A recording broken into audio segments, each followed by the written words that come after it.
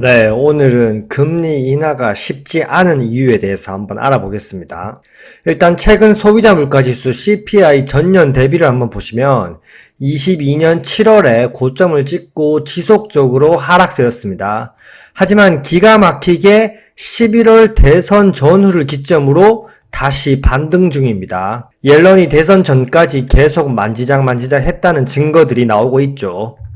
근데 변동성이 큰 에너지와 식품을 제외한 근원 소비자 물가지수 전년 대비를 보시면 11월 달보다 3달이나 빠른 8월부터 이미 브레이크를 잡고 재차 반등 중입니다.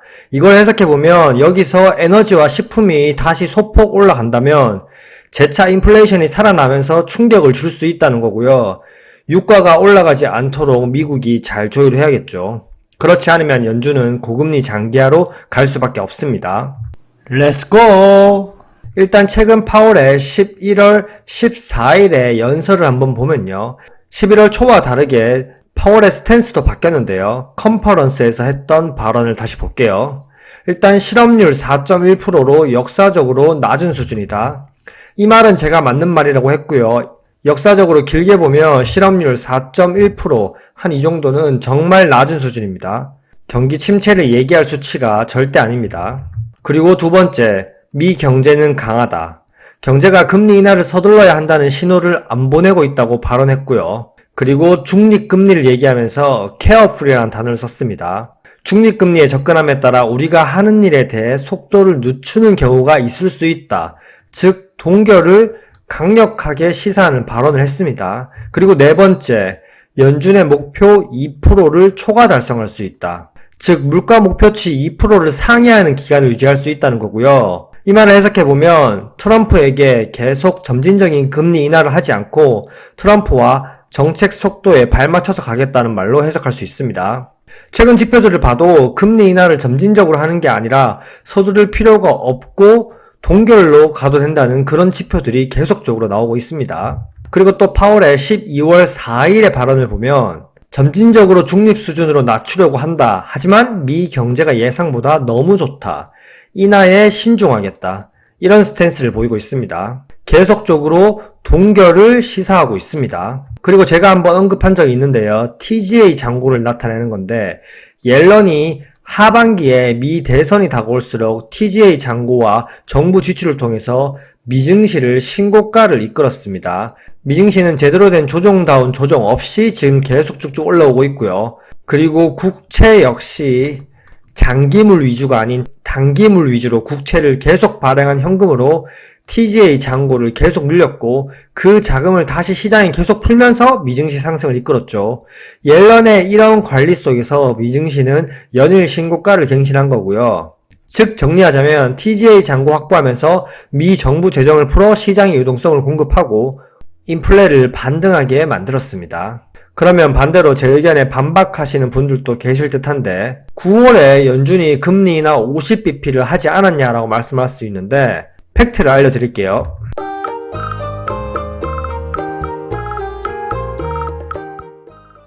B컷 금리 인하는 경기 침체 시에만 항상 있었습니다. 역사적으로 보면 2000년대 초반 닷컴 버블 붕괴 그리고 이때 9.11 테러도 있었고요. 그리고 2002년에 지정학적 리스크 그리고 또 2007년 8년 이 당시에 금융위기 상황이었고요. 그리고 20년 코로나 시기 그리고 이번에 24년 9월에 B컷 인하를 했습니다. 그러면 지금이 예전처럼 이렇게 경기가 정말 안 좋냐? 또 그건 아니거든요. 근데 B컷 인하를 왜 했을까? 옐런과 파월의 빌드업이 있다고 말씀드렸고요. 다 정치적 이유가 있었습니다. 이렇게 50bp 금리 인하를 할 수 있었던 배경은요. 실업률이 4% 넘고 샴의 법칙 얘기하면서 고용 악화에 대한 선제적 조치라고 하면서 B컷 인하를 했는데요. 미국 고용 수정치가 81만 명 감소한 수치로 발표됐습니다. 이때 8월 말에 공개했었는데요. 엄청 쇼크였습니다. 이 당시 노동시장 둔화가 경기 침체로 이어지는 게 아니냐 이런 우려가 있는 시기였고요. 실업률 또한 계속 상승하고 있고 엔캐리 청산 우려도 있었고요. 근데 미국이 고금리 장기화 중인데도 미국 일자리 수가 예상보다 훨씬 느리게 증가하고 있었던 거죠. 실제로는 미국 노동시장이 정부 예상보다 훨씬 더 오랫동안 냉각되어 있었는데 파월과 옐런이 고용 지표를 만지작 하면서 만든 결과물이었습니다. 이 수용치가 발표되고 나서 이제 물가보다는 고용에 시장이 집중하게 됐고요. 그 다음에 바로 9월에 파월이 바로 P컷을 단행했죠. 제가 앞서 말씀드렸듯이 P컷 금리 인하는 항상 경기 위기 때 있었습니다. 자, 그러면 옐런이 금리 인하를 빨리 할 수 없게 어떤 시한폭탄을 이번 트럼프 정부에 넘겼나 살펴보면요. 아마 많이들 뉴스에서 들어보셨을 텐데 영래포 잔고라는 게 있습니다. 영래포 잔고를 바이든 임기 동안 다 소진해버렸습니다. 양적 긴축하며 유동성 흡수시켰던 걸 다 썼다는 말입니다. 영래포 잔고는 미 금융기관들이 돈을 연준, 즉 중앙은행에 맡기면 이렇게 쭉 올라가고 다시 찾아가면 내려갑니다. 이게 다 소진되었다는 건 미국 금융기관들이 연준에 맡긴 돈을 다 찾아갔다는 말인데요.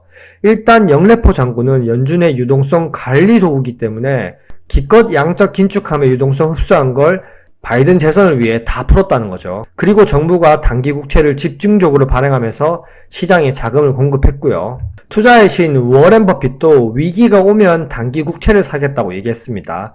단기 국채가 연준보다 지금 많고요. 이미 선제적으로 움직였습니다. 결국 파월이 고금리로 긴축 팍팍 시키면서 시중 유동성을 흡수했지만 미국 경제가 굳건한 이유는 옐런이 이처럼 시장의 유동성을 풀었기 때문이고요. 예전에 제가 파월과 옐런이 빌드업 했다고 위의 영상에 언급한 것처럼 이 둘은 지속적으로 미 경제 지표를 양호하게 관리했죠. 왜? 바이든 재선을 위해서요. 하지만 결국 재선은 물 건너갔고 옐런은 재무장관 자리에서도 물러나게 됐고요.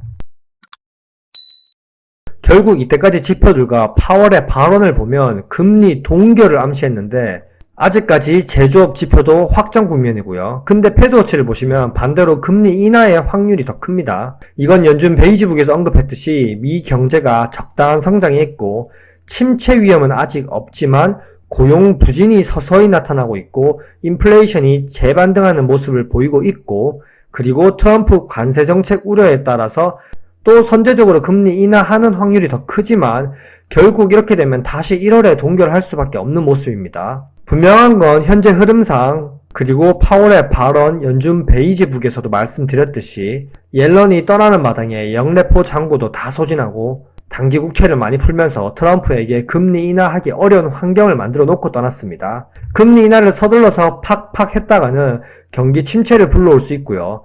만약 트럼프 재선하자마자 경기 침체가 온다? 그러면 절대 트럼프가 용납하지 않겠죠. 요즘은 정치가 모든 경제를 아우르고 있기 때문에 향후 트럼프의 어떤 정책들이 나오는지 잘 살펴봐야겠죠. 이상입니다. 안녕!